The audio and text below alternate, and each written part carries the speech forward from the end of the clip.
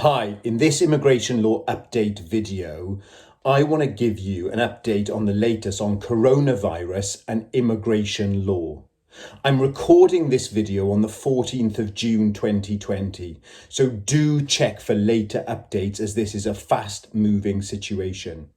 In this video, I want to cover two areas. Firstly, appeals before the first-tier tribunal, and then secondly, the latest Home Office concessions, particularly in relation to Appendix FM and the minimum income requirement. So, on the 11th of June 2020, the President of the First-Tier Tribunal published the Presidential Practice Statement number 2 of 2020, Arrangements During the COVID-19 Pandemic. Now, this comes into force on the 22nd of June 2020, and Presidential Practice Statement number 1 of 2020 is revoked.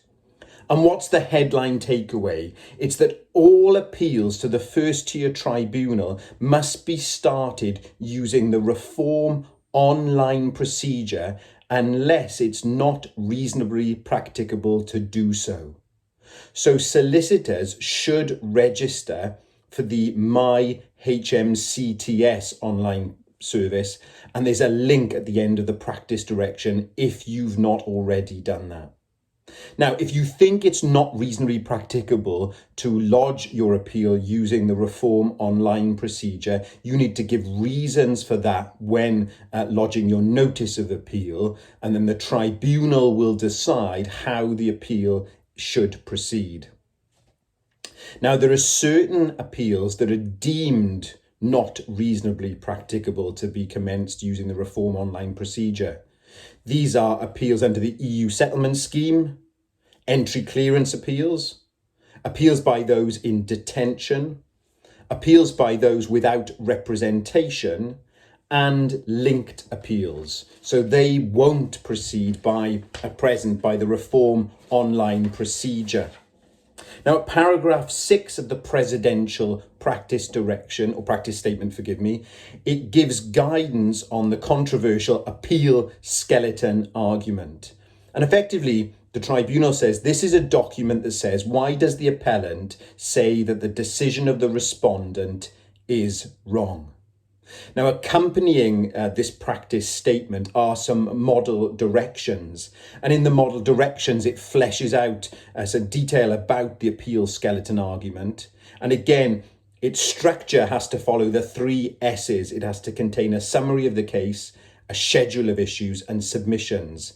But the emphasis in this new practice statement and in the model directions is this should be a brief, concise statement. So there's a shift away from the previous practice statement and the previous reform online directions. If somebody is unrepresented, the appellant's explanation of case will be taken as the appeal skeleton argument.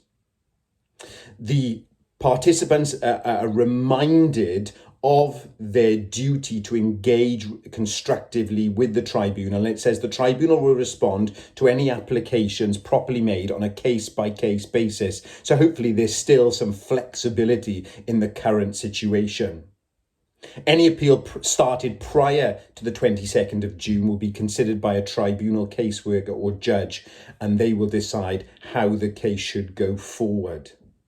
As I've said, there's some model directions annexed to the practice statement. There are 3. Annex 1 are the online directions. Annex 2 are for the appeals that are not online. And Annex 3 are for unrepresented appellants. A couple of things I've noticed from them. We've already covered the appeal skeleton arguments. Secondly, it seems the bundle, there's no longer that standard direction, the bundle be limited to 50 pages.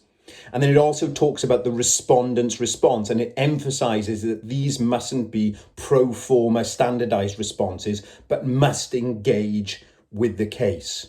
And the timescales are all set out within these model directions. So that's the first section of my update today, looking at the first-tier tribunal and appeals. The second one is looking at the latest Home Office concessions, particularly concerning Appendix FM. Now, the main coronavirus concessions from the Home Office are contained on the website on a page called Coronavirus brackets COVID-19 Advice for UK Visa Applicants and Temporary UK Residents, and that's often updated with changes. And we see now a section there called Changes to the Minimum Income and Adequate Maintenance Requirement.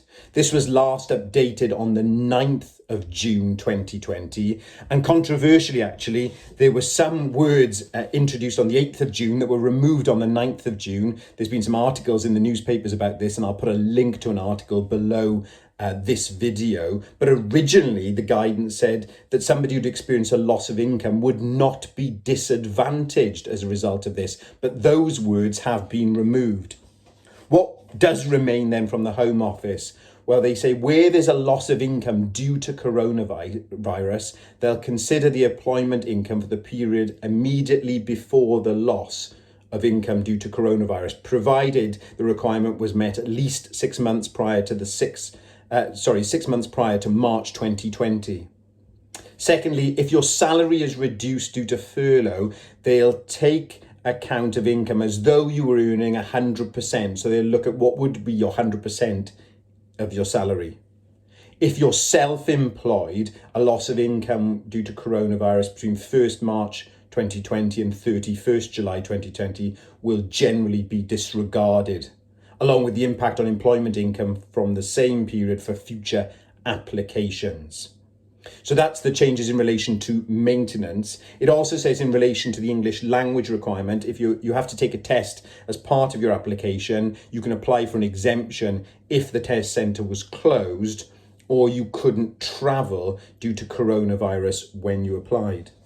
So just the final thing I wanted to look at today is about fiancés and proposed civil partners. If you're in the UK with 6 months leave as a fiancé or a proposed civil partner and your wedding has been delayed, what can you do? Well, the guidance now gives two options. They say you can apply for one of these automatic extensions to the 31st July 2020 by updating the coronavirus immigration team.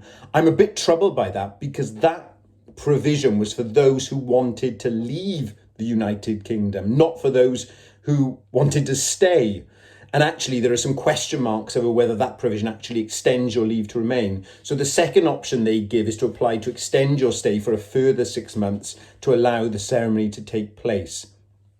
I think that's the best way forward because then you protect your leave to remain. And certainly you may not be able to book a new ceremony by the 31st of July. So I think that's the best way forward.